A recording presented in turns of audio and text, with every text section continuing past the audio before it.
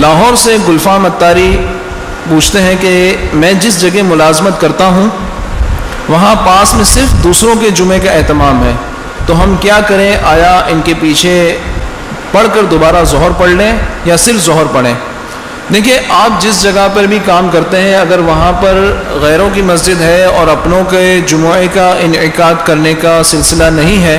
یا کوئی اہل سنت کی مسجد موجود نہیں ہے، تو آپ پر سب سے پہلے تو یہ لازم ہے کہ آپ معلوم کریں کہ وہاں پر آپ کی دسترس میں جتنا آپ کو سفر کرنا ممکن ہے جمعے کی نماز کے لیے، اگر آپ کے پاس میسر ہے ایسی کوئی مسجد تو آپ وہاں جا کر جمعہ ادا کریں، اور اگر ایسی صورت نہیں ہو سکتی تو آپ اذن عام کی شرط کو ملحوظ خاطر رکھتے ہوئے ایسی جگہ جمعہ منعقد کر لیں۔ مثال کے طور پر اگر آپ ایسے ادارے میں کام کرتے ہیں، وہاں ادارے کے باہر کوئی گراؤنڈ ہے یا کوئی ایسی جگہ ہے جہاں عامۃ المسلمین